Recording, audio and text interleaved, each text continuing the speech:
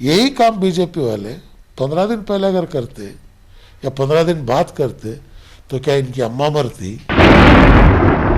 ये दीवाने के हाथ में वस्त्रा देखो शेविंग को बैठे सर का हुआ हमें। जेडीएस किसके साथ मिले हैं सर? जेडीएस बीजेपी को साथ देंगे नेक्स्ट। अच्छा, जब भी कोई पार्टी में पोजीशन का मसला आता, हर जात का नाम आता, मुसलमान का नाम नहीं आता। 90% हमें इनको वोटा देना, जिताना, प्रेसिडेंट अकलियत का नाम नहीं, दोनों हाउस में लीडर ऑफ द अपोजिशन अकलियत का नाम नहीं। खाली हमना जो है जिसकी कराने को वास्ते बुला लेती, जिसकी एक बार बाहर भेजती। कांग्रेस में क्या कौम का विकार झुका है? आपको पता है ना, मैं क्या बोलूं। कर्नाटक के सीनियर लीडर कांग्रेस के एमएलसी सीएम इब्राहिम जो मरकजी वजीर भी रहे हैं, अब वो कांग्रेस को खैराबाद कह के जेडीएस का दामन थामने की कोशिश में है। इस सिलसिले में इनकी मुलाकात साबिक वजीर आजम एचडी देवेगौड़ा और साबिक वजीर आला कुमार स्वामी से लगातार हो रही है। इसी दौरान डीके शिवकुमार भी इनके दरवाजे पर दस्तक दे चुके हैं।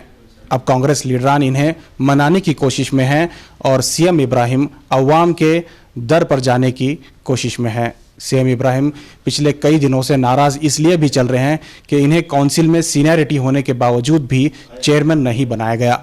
इस सिलसिले में बात करने के लिए और आज खास करके आज जो काउंसिल में हंगामा हुआ है जिससे काफ़ी बड़ी बदनामी भी हुई है, इस सिलसिले में इसके क्या तफसीलात हैं और आने वाले दिनों में इनके क्या सियासी हिकमत अमली है, तफसीली बात करने के लिए इस वक्त हमारे साथ मौजूद हैं साबिक मरकज़ी वजीर सीएम इब्राहिम। सब बताएं, आज जो हंगामा हुआ है इसमें देखा जा रहा था कि कांग्रेस के जो एमएलसीज हैं वो स्पीकर को नीचे घसीट उठा रहे थे वहाँ से, क्या आखिर मामला है? देखिए, कर्नाटक की तारीख में इतना शर्मिंदा मामला कभी नहीं हुआ। ये चेयरमैन जब घंटी बजी, चेयरमैन को अंदर आने नहीं दिए बीजेपी वाले, डोर लॉक कर दिए थे। डिप्टी स्पीकर को बिठा के चलाना चाहते थे। जब चेयरमैन मौजूद है तो डिप्टी स्पीकर को कैसा आप जबरदस्ती बिठाते?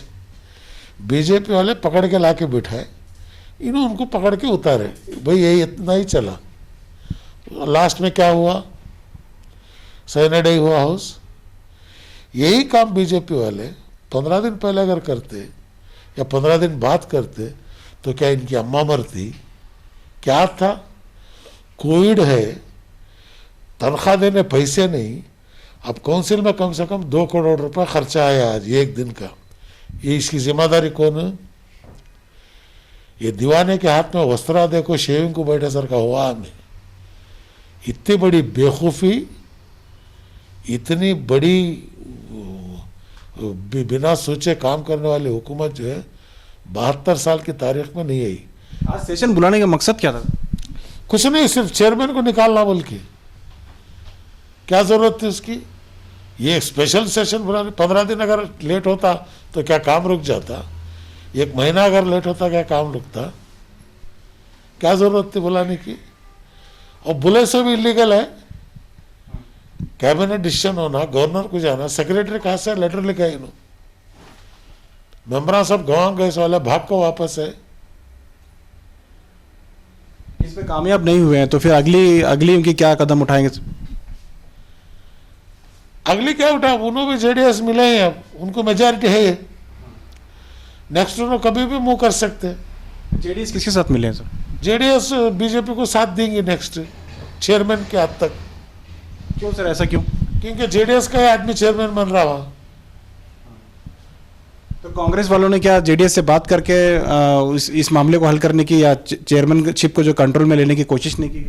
अब वो जिम्मेदारों से पूछे, आप वो मुझे वो बोलने का हक नहीं है। आप वो कांग्रेस के अंदर जो फिलहाल जिम्मेदार हैं उनसे पूछो। जो आज सिर्फ कांग्रेस का मेंबर हूँ, लीडर नहीं हूँ। तो सर आपकी कांग्रेस से नाराज़गी जो है कोई नई बात नहीं है, इससे पहले भी आप कई बार नाराज़ हुए हैं, लेकिन अब जो आपका मूव है ये कहा जा रहा है कि अब जेडीएस में जो है ज्वाइन हो रहा है। मैं कांग्रेस से नाराज नहीं हूँ, हकीकत बोल रहा हूँ। एनआरसी आया, एचआरसी आया, क्या हो उस वक्त अकेला फिरा मैं, अकेला फिरा। 120 मीटिंग करे मैं उस वक्त। अच्छा, जब भी कोई पार्टी में पोजीशन का मसला आता, हर जात का नाम आता, मुसलमान का नाम नहीं आता।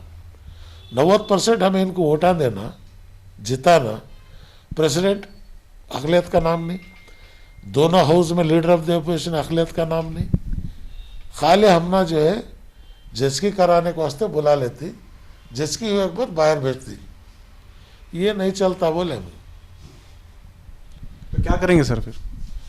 मैं कल से दौरे पे जा रहा हूँ रियासत में, लोगों से राय मशवरा करता हूँ। लेकिन ऐसा लग रहा है कि आप मन बना लिए हैं, आप जेडीएस ज्वाइन कर रहे हैं। मैं कोई ऐसा मन प्री प्लान मेरा कभी भी नहीं है। मेरा जो भी होता है लोगों से राय मशवरा करके, रियासत के अंदर तमाम से शोरा से मशवरा करके फैसला करता हूँ मैं। देवेगौड़ा साहब से कल आपकी मीटिंग हुई थी, कुमार स्वामी भी आपके साथ में थे, क्या क्या बातचीत? गौकशी के बिल के बारे में अपोज करना कर बोल के उसे मान लिया है उन्होंने। काउंसिल में है तो मैं अपोज करते बोल के बोले हैं। सिर्फ गांव कशी के बिल को वो अपोज करेंगे, बाकी चेयरमैन वाले मामले में जो है वो बीजेपी के साथ। का वो उसके बारे में वो हमारे पार्टी वाले बात कर रहे थे, कुछ ना कुछ निकलता। उन्होंने बात करे नहीं करे मुझे नहीं मालूम। आप जेडीएस जा रहे हैं तो कुछ तो बात हुई होगी कि भाई माइनर बोल के आप ही बोल रहे हैं। नहीं, माइनॉरिटीज के लिए क्या होगा, कैसे होगा? वो बाद में बात करते हैं, उस वक्त जिस वक्त जो तफसील से बात करते हैं वो करते हैं। मेरा एक ही मंशा है, इस कौम के विकार को कभी झुकने नहीं देना। मैं कभी झुकने दिया नहीं। आओ, कांग्रेस में क्या कौम का विकार झुका है? आपको पता है ना, मैं क्या बोलूं, कौन से 15% है कम्युनिटी, कौन से मुकाम पर क्या पोजीशन पर मुस्लिम को रखें। दोनों हाउस में लीडर ऑफ द अपोजिशन कौन है, पार्टी के प्रेसिडेंट कौन है, अहम ओहदों पे कौन है। अपर हाउस में आपको अपोजिशन लीडर का देना चाहिए था आपको, इसलिए आप वो देना चाहिए था नहीं। आज भी इलेक्शन चला तो मेजोरिटी मेरे साथ है। क्यों दूर रखा जा रहा है सर, क्या वजह है? सिद्धरामैया तो आपके दोस्त हैं। वो उनको पूछिए आप, मैं कुछ भी नहीं बोलता हूँ। अगर ये जो सर्वे हो रहा है आपका, जो अभी आवाम के सामने आप जाने वाले हैं, वो किस तरह से कहाँ जाएंगे, कहाँ कैसे प्रोग्राम होगा आपका, कुछ आपने तय किया? पूरे 31 डिस्ट्रिक्ट 31 डिस्ट्रिक्ट में पूरा जाता हूँ। कैसे लोगों से आप पूछेंगे कि क्या करना चाहिए? क्या करना है नेक्स्ट आगे। स्टेट में यह है 1 करोड़ 20 लाख वोट है मुस्लिम के। उसके अलावा मुझे चाहने वाले लिंगायत भी है, वोकलिगा है, बैकवर्ड है, शेड्यूल कास्ट है। सबसे भी राय मशवरा लेना ना। मैं कभी जात के बुनियाद पर पॉलिटिक्स नहीं करे हमें। अगर लोगों की तरफ से अगर बात आती है कि आपको जेडीएस ज्वाइन करना है, तो अगर आपको ज्वाइन करना पड़ा तो फिर आपकी जो एमएलसी है वो तो उसका तो नुकसान हो जाएगा। देखिए, हिंदुस्तान का दूसरा नंबर पर बैठ के कर को आया सोला में, गवर्नर बनाया 16 आदमी में, मिनिस्टर बनाया 16, चीफ मिनिस्टर बनाया 16। ये कौन सी हिसाब जी एमएलसी मुझे पत्रोड़ ली। लेकिन एमएलसी नाश ले असर का है, नाश लेते छिनकते, नाश लेते छिनकते। मुझे इसकी कोई परवाह नहीं है। भले ही आपको एमएलसी की परवाह नहीं है, लेकिन आपको जो एमएलसी मिली है वो कम्युनिटी के नाम पे मिली है, आपको माइनॉरिटी कोटे में मिली है। अगर वो जाया होती है तो फिर कैसे कौन बोले? अब रिजवान अरशद नहीं करे, शिवाजी नगर में से देखो एक सीट नहीं जाया हुई। तुम ना अक्ल नहीं आती जब सीट देते इस टाइम को जाया होती घर को। मुझे एक एमएलसी के वास्ते मैं पूरी कौम को बर्बाद करूं? हाँ, अब भी 4 साल है मुझे टाइम। वो 4 साल में की छोड़ने तैयार हूं। मुझे जो है विकार इम्पॉर्टेंट है, पोजीशन इम्पॉर्टेंट नहीं। लेकिन सर जो रिजवान अरशद का हुआ है वो भी तो गलत है, आप मान रहे हैं, लेकिन आप भी कर रहे हैं वही गलत कर रहे हैं। मैं क्या भी गलत नहीं कर रहा हूँ। कब तक समझाना है इनको? 2024 तक समझाते बैठे। खैर वो भी आके बातचीत करके गए हैं। डीके शिव कुमार भी आए थे आपसे बात की, अच्छी बातचीत हुई है, देखेंगे। मैं अपनी पूरी चीज़ें उनके सामने रखा हूँ। अब वो दिल्ली से भी लोग आ रहे हैं, वो भी बात करते हैं, देखेंगे। जब तक मैं दौरा करते रहता हूँ। इससे पहले भी आपने कई बयानों में जो है जेडीएस को बाप बेटी की पार्टी कहा है और उस पर भरोसा करने से एतराज़ करा है। हालांकि आप जेडीएस से ही आए हैं, लेकिन अब क्या आने वाले दिनों में क्या मुसलमानों को क्या मजबूत क़यादत मिलेगी, या इसी तरह से जो है पार्टी में बंटवारा होगा और क़यादत जो है कमज़ोर होगी? क़यादत कभी कमज़ोर नहीं होती। 90 पे 6 में जनता दल हुकूमत नहीं बनी क्या? ये देश का प्राइम मिनिस्टर नहीं बना क्या? ये ताकत है। मैं जो है कभी भी हर एक को साथ लेके जाना चाहता हूँ। अभी कांग्रेस 130 थी, 80 आ गई। 13 इलेक्शन 2 इलेक्शन मुझे छोड़ को करे नो, क्या हुआ रिजल्ट? सिरा क्या हुआ, आर नगर क्या हुआ। मैं कोई चीज़, ये सब चीज़ें शिव कुमार साहब के पास बोला हूँ मैं, देखेंगे। सर आपको इलेक्शन में छोड़ा गया है या आप खुद ही नहीं गए उसमें? कौन सा? ये बाई इलेक्शन में जितने भी आप गैर हाजिर थे उसमें आप ही गैर हाजिर रहे हैं या आपको मना किया गया? मैं खुद नहीं गया।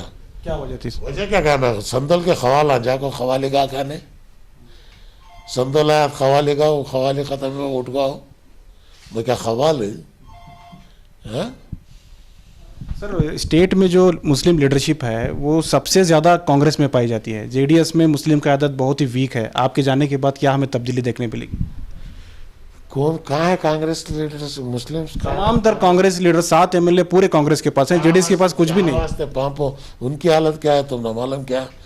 उन 7 आदमी लिख को देखो, कोई एमएलसी बनाओगे तो नहीं बने, क़यादत वो 7 आदमी लिख को देखो, एक आदमी का नाम देके एमएलसी बनाओगे तो नहीं बने, उसे क़यादत बोलते हैं।